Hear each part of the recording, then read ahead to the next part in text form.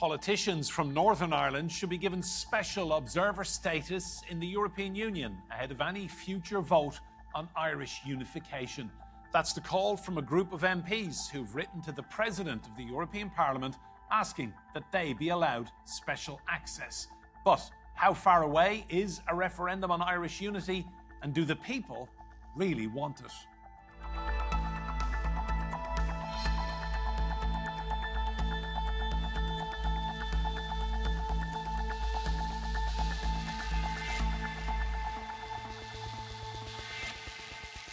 Hello and welcome to Roundtable. I'm Enda Brady. Now, for more than a century, Ireland has been divided, with 26 counties forming the Republic of Ireland and 6 comprising Northern Ireland, which remains under British rule.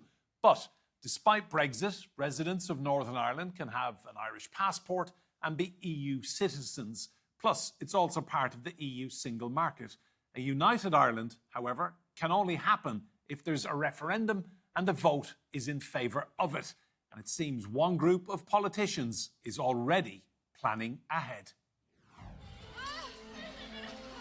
After decades of violence during the Irish Troubles, with some more than 3,500 people killed, the question of Ireland's future is back on the table. Prior to the Good Friday Peace Agreement signed in 1998, mainly Protestant unionists who wanted Northern Ireland to stay in the UK clashed with Catholic nationalists wanting the 6 counties to join the Republic of Ireland. Northern Ireland remains under British rule, but the terms of the Good Friday Agreement mean a referendum on Irish unity must be called if it looks likely a majority would vote for it. Now a group of cross-party politicians in Ireland is pushing for a closer relationship with the European Union in anticipation of a vote on unity. Irish Nationalist Party Sinn Féin is now the largest in Northern Ireland's Parliament Stormont and is using its increased political power to push for unification. We have committed to put All Ireland working and the reunification conversation and process at the very heart of government. That's what needs to happen. And by the way, this is the direction of travel, really quite irrespective of who is in government.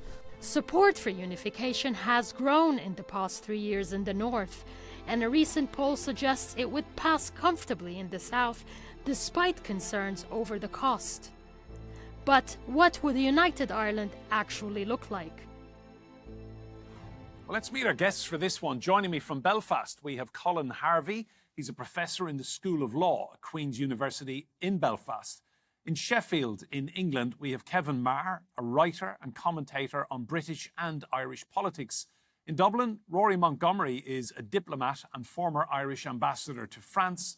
And in Hollywood, in Northern Ireland, we have Deirdre Heenan. She is Professor of Social Policy at Ulster University. And you're all very welcome to this roundtable. Deirdre, to you first of all, this letter that these MEPs have sent in calling for special observer status, are they being prudent and practical, or is it a little bit of mischief-making here? I think they're being prudent. I think it's important to think about this letter in the context of Brexit and the continuing fallout of a disastrous Brexit campaign where the UK decided to leave the European Union. I think it is important to stress that Northern Ireland voted to remain. So we were taken out of the European Union against our will.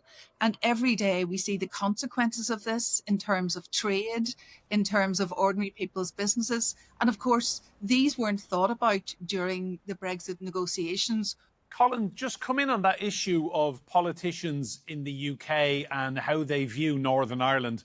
I mean, from speaking to people in Westminster for many decades now, I've always kind of had the opinion that if they could get rid of Northern Ireland and sort out some sort of a happy, functioning, united Ireland, the British wouldn't be averse to it. Well, Northern Ireland, as we know, is often an afterthought in British politics. And during the Brexit negotiations, we saw that very much what started as an afterthought became central to the negotiations that ended up with the protocol, now the Windsor Framework. I think we're also seeing some of those trends in relation to rather loose talk about potential withdrawal from the European Convention on Human Rights as well. So yes, Northern Ireland as an afterthought in British politics, and we're well used to that.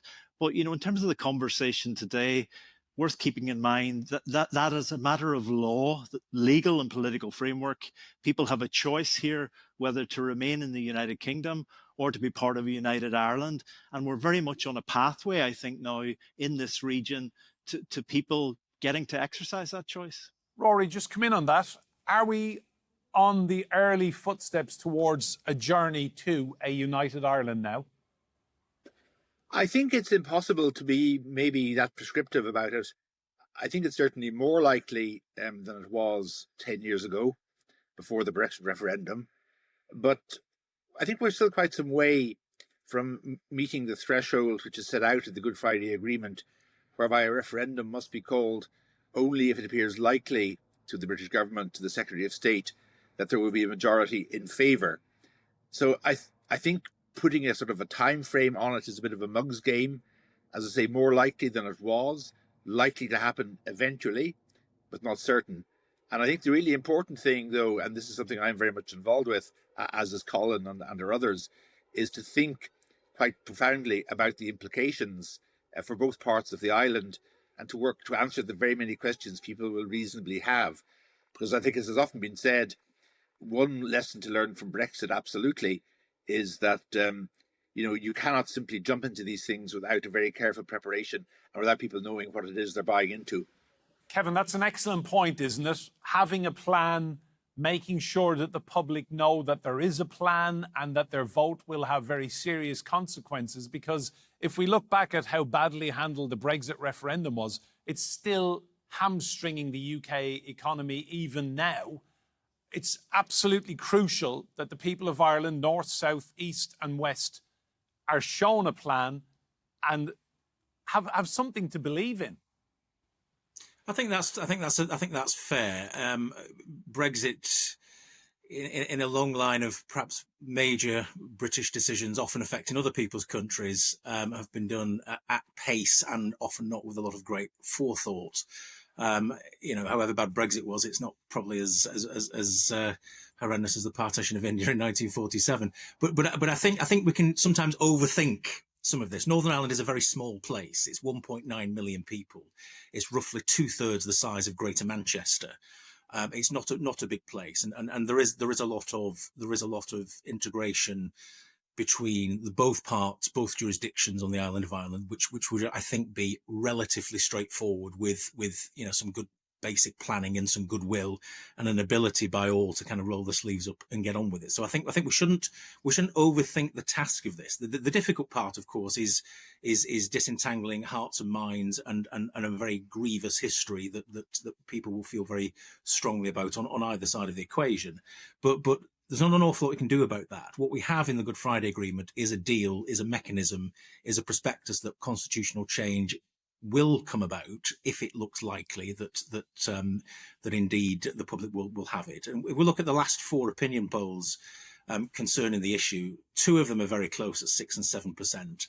One is slightly further out at 14%, but has kind of reduced significantly over the last 3 years. And there was an opinion poll by the European Movement a few months ago, which showed that 67% of people in Northern Ireland would support Irish unity if that meant being back in the European Union, which of course it would do.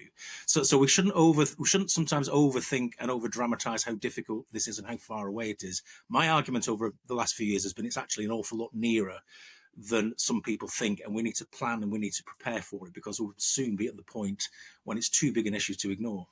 Deirdre, one community who will be absolutely central to anything that happens in the north of Ireland is the unionist community.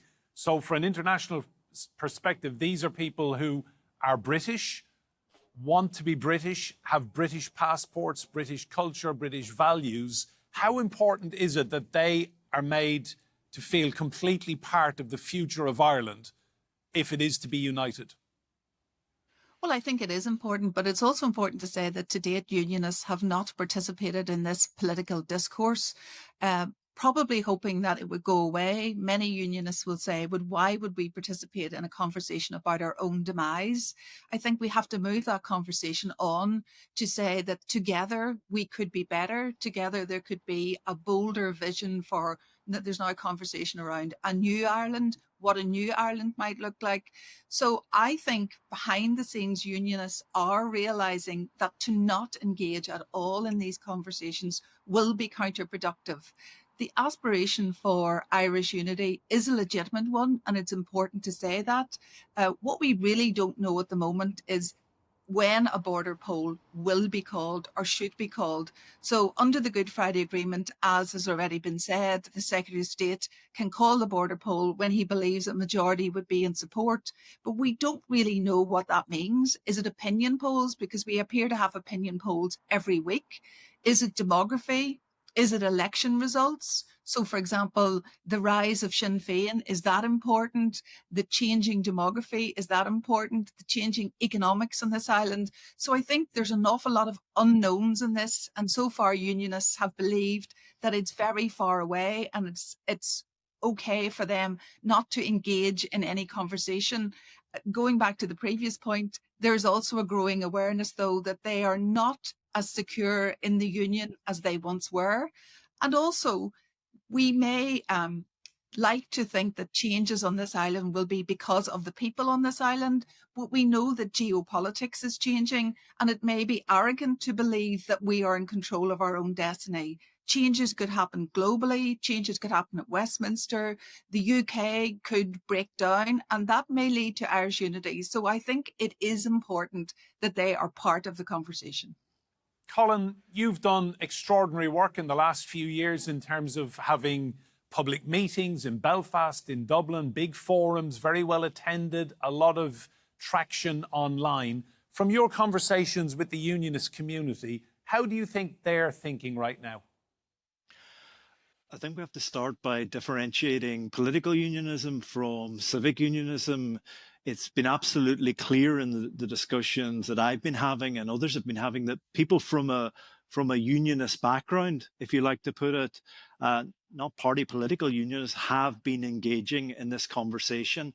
And what's, I think, coming through really loud and clear and is echoing what everybody has said is the importance of planning and preparing for this. Like, my view is that we know enough now to begin the process of proper planning and preparation. And both governments will have to, at some point, acknowledge that. So, in a sense, it's about management, responsibly managing a process in a post-conflict society. The framework gives people here a choice. We're entering a period of history, as the polling and electoral evidence and demographic trends are showing, where people are likely to be able to exercise that choice. So it's absolutely essential now that we face into that and get ready and manage it in a responsible way. So that's why there's so much emphasis in those conversations on the Irish government and the British government as well to begin those preparatory conversations. Rory, to you, you're in Dublin. Whenever I speak to politicians in Dublin, the number one topic is houses, followed quickly by hospitals and healthcare. Where does Irish unity sit whenever there's an election or political gatherings are happening, say, in Dublin? I think one has to say it's a long way down the list. You're quite right. In the most recent general election a year ago, it's the things you talked about and the cost of living and so on, which really cut through. There's a broad, I think, aspiration towards Irish unity among the people of the Republic. I don't know that it goes very deep. And I also think that they would be much more enthusiastic if they could be assured that it would take place in a peaceful way and without costing them a great deal of money. So these are the things that have to be looked into. But the present government has decided, in my view, probably wrongly, that it doesn't want to plan in any way for the prospect of United Ireland. Its argument would be, well, the conditions for a referendum won't be met, certainly in the lifetime of this government and maybe afterwards. And secondly, that it's more important to cooperate in a practical way with people in Northern Ireland about investments which are of benefit to people of both sides of the border. So that's very much the view of our current Taoiseach or Prime Minister. Kevin, to you, if we think of One of the great Irish success stories of recent decades, the rugby team. Ireland plays as one team, north, south, east, west, and the players, they get on together. Many of them are from different backgrounds, different communities, different religions, and yet they pull on that green jersey. They take on the All Blacks, England, South Africa, France, whoever comes their way. They beat Australia the other weekend. That is an example of what Irish people working together, north and south, can achieve together. Absolutely. I think Colin's point a minute ago was very important. The distinction between, as he termed it, civic unionists and political unionists. Now there's a lot of heat and fury from political unionists who are right-wing and populist and, you know, want to fight a culture war pretty much all the time. But they don't reflect a broader hinterland, if you like, within the unionist community. People who have grown up and been Protestant unionists, but are not necessarily die-hard political activists. And people like that, reasonable people who will approach issues in a reasoned way, I think give great hope that this idea of a united Ireland can gestate peacefully and constructively. One fact that might be, that I think is quite important, you know, you mentioned about the commonality around sport. When we look at Irish passport applications, for example, from people who live in Northern Ireland, most people from a Catholic nationalist Republican background will want an Irish passport rather than have a British passport. But they don't account for all the people in Northern Ireland that are applying for Irish passports. There are a very large number of people from a Protestant unionist background that have elected to apply for an Irish passport and thus take on citizenship of the Irish Republic. Now, if you think about that, that's quite a thing. We're talking about half the population, half of that 1.9 million people have an Irish passport. That's quite a thing, I think, to start with. And sometimes we can get carried away with the social media noise and the political to and fro and think that that's where the centre of gravity of public opinion is. And I don't believe it is. I think Colin is right, and he's onto something, that there is this thing, this civic unionism, people who may vote to stay in the United Kingdom, but will approach these issues with a level of pragmatism and realism that perhaps some of the noisy people in unionism will not.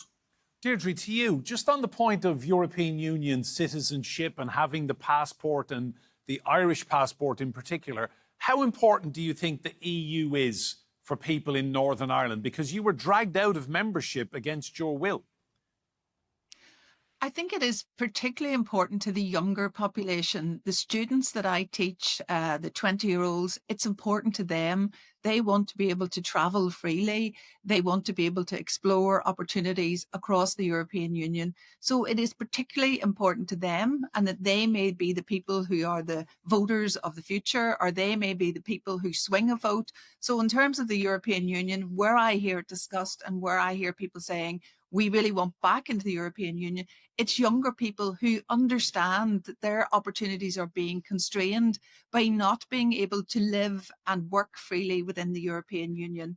I think what the discussion to date is important, but it's also important to say, in terms of opinion polls, we know that the majority of people in the Republic of Ireland say that they support unity. But if you dig down into that a little deeper, they will support it, but they're less supportive if it's going to cost them money. They're less supportive if they lose their flag or lose their anthem. So I think we have to have a much clearer view of what's on offer here. If we're looking to Germany and it was just an idea of adding East Germany to the existing West Germany, that is not going to work. I think the real issue that needs to be brought out here is the lack of evidence, the lack of a compelling vision, and the lack of a plan. So even if there are civic unionists who may be minded to think about a future in a united Ireland, they will want to look at what's on offer.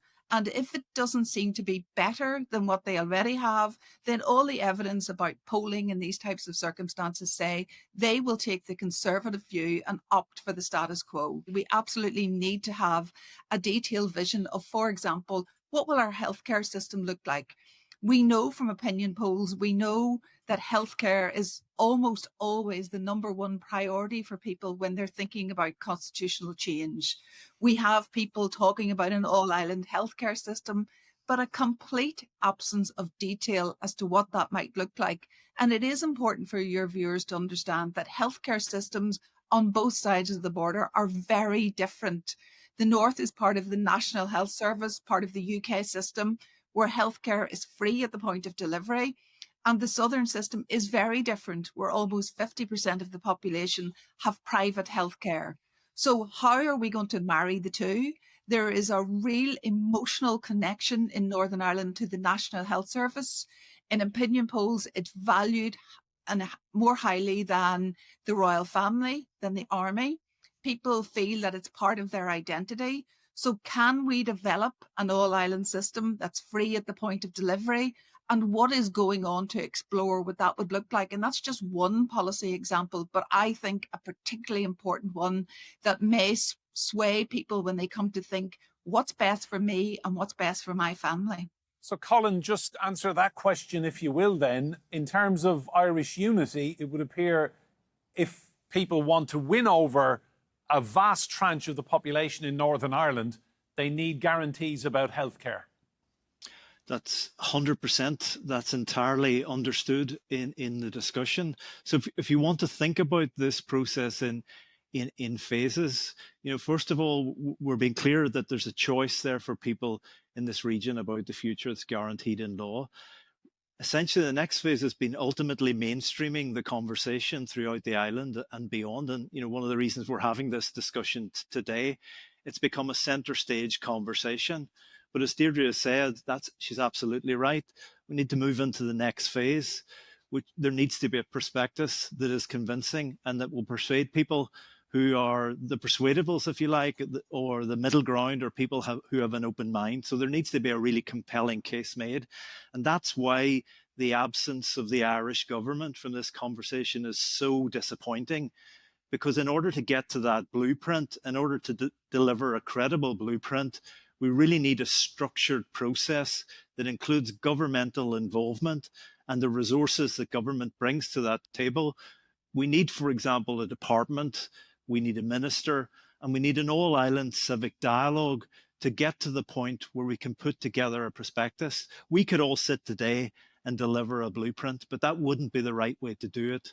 We really need the Irish government to become involved and to put in place a structured process that will deliver credible and actually deliverable proposals as well. So I agree entirely. So, Rory, at what point does a Taoiseach, Prime Minister of the Irish government, have this as a central policy? I mean, Fianna Fáil currently have the Taoiseach role with Micheál Martin. Fianna Fáil call themselves the Republican Party. And yet, when you speak to Fianna Fáil politicians, this is nowhere near a priority for them.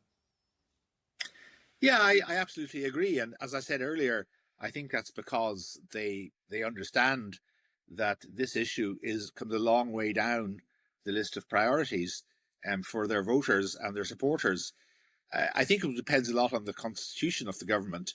The recent presidential election of Catherine Connolly, a sort of independent left-winger, but who was supported by a broad coalition of left-wing and, if you like, anti-establishment parties, including Sinn Féin. I mean, that shows, I think, that there is a popular audience there for at least a vision of a united Ireland. Translating that into practicality is a much tougher ask. I think we can be certain that if Sinn Féin were to lead the next government, there would be a great deal more done. I think, of course, Sinn Féin would have to face up to some very difficult issues itself in that situation, but that's for another day in terms of what offer they'd be prepared to make and what concessions they'd be prepared to make in that process. But we won't have another general election here for another 4 years, or at least that's the maximum time we can go. Kevin, to you, Sinn Féin leader Mary Lou MacDonald, she has said that she wants a border poll by 2030. What's your prediction time-wise? I think the next 5 years is critical. I think we're going to see in May 2027 elections to the Northern Ireland Assembly and local elections for every seat in Northern Ireland. Now, when you code up the parties and the candidates that are in favour of United Ireland and the parties and candidates that support staying in the UK, it's getting very, very close. So apart from the opinion polls, actual election results are really, I think, quite compelling. At the last local elections in Northern Ireland, the total of people who supported United Ireland tipped over and exceeded that of people who want to remain in the UK for the first time ever in Northern Ireland's history. So that was pretty significant. Now, if that happens again in 2027 in the Assembly and local elections, that's going to be a very, very big calling card for a demand for United Ireland. But that's not enough on its own. In 2029, as Rory alluded to a minute ago, we've got another British general election, and we'll have another Irish general election. And if Sinn Féin enter government either as on their own or as unlikely, but as part of a coalition, this will be the top of their in tray to push the agenda on this. And what we will see, I think, is reciprocity across in Westminster, where the British government will say, right, okay, fine. If we can show demonstrable interest in Northern Ireland for talk about a unity referendum, and if there is a southern government in Dublin willing to facilitate it, and in the argot of eBay, the buyer is willing to collect, then that's transformational, because that, I think, then will trigger the British government to say, okay, then perhaps we've reached the point where we need to call a referendum to clarify the constitutional status of Northern Ireland. Deirdre, one very last brief final point to you. United Ireland in our lifetime? I think in our lifetime, but I think it's not helpful to fixate on dates, and to say that it'll happen by the end of this decade, to my mind, is fantasy politics. Beating the drum for Irish unity will not cause a referendum. It's providing the evidence, providing a compelling blueprint that's inclusive, that has something for everyone, and looks like something that everyone could sign up to and be part of. Deirdre, Rory, Colin and Kevin, thank you all so much for your insight on that one. Fascinating stuff. Remember, you can see more discussion and debate on our YouTube channel. Just search for Roundtable TRT World. But for now, from me, Enda Brady, and all the team here, goodbye and thank you for watching.